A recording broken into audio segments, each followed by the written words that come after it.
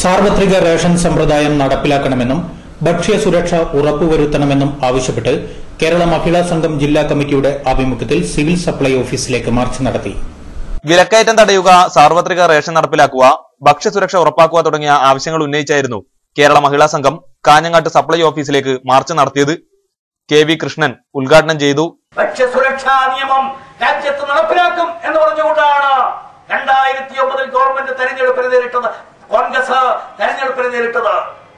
2009 കഴിഞ്ഞ് 2012 3 വർഷം കഴിഞ്ഞു ഈ ഗവൺമെന്റ് അധികാരത്തിൽ വന്നിട്ട്. ഭക്ഷ്യസുരക്ഷാ നിയമം ഗവൺമെന്റ് പ്രഖ്യാപിച്ച ആ നിയമം ഇന്നേ വരെ നടപ്പിലാക്കിയിട്ടില്ല. പാർലമെന്റിന് മുമ്പിൽ ഒരു ഭക്ഷ്യസുരക്ഷാ ബില്ലുണ്ട്. എന്താണ് ആ ബില്ല്? ഗവൺമെന്റ് അന്ന് പ്രഖ്യാപിച്ചതുപോലെ രാജ്യത്തെ മുഴുവൻ ആളുകൾക്കും ഭക്ഷണം ഉറപ്പുവരുത്തുന്ന നിയമമല്ല ഗവൺമെന്റിന്റെ മുമ്പാകെയുള്ള നിയമം.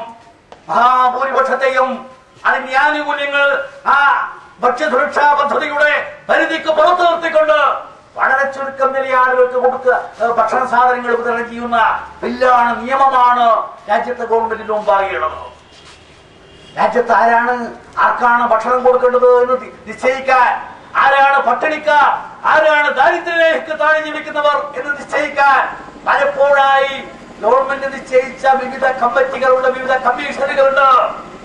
അർജുൻ സെൻഗുപ്ത കോൺഗ്രസിന്റെ നേതാവാണ്, പാർലമെന്റ് മെമ്പറാണ്.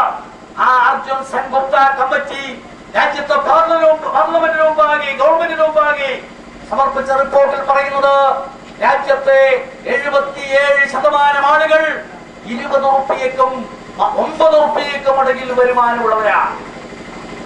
ഗവൺമെന്റിന്റെ കണക്കനുസരിച്ച് ആ 20 റുപ്യക്കും 9 റുപ്യക്കും താഴെ ഇടയിൽ വരുമാനമുള്ള 77% ആളുകൾ, 84 കോടി വരുന്ന ജനങ്ങൾ, അവർ ദാരിദ്ര്യരേഖയ്ക്ക് താഴെയുള്ളവരല്ല.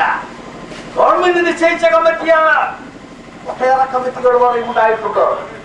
ടെൻഡുൽക്കർ കമ്മിറ്റി റിപ്പോർട്ട്, ആ റിപ്പോർട്ടിൽ പറയുന്നത് 50%-ലേറെ നമ്മുടെ രാജ്യത്ത് പട്ടിണിപ്പാവങ്ങളുണ്ട്, ദാരിദ്ര്യരേഖയ്ക്ക് താഴെയുള്ളവരുണ്ട് എന്നതാണ് ആ റിപ്പോർട്ടിൽ പറയുന്നത്. ലിജു അബൂബക്കർ അധ്യക്ഷനായിരുന്നു. P ഭാർഗവി സ്വാഗതം പറഞ്ഞു. KS Kuriakose, Malathi, Mary George എന്നിവർ സംസാരിച്ചു.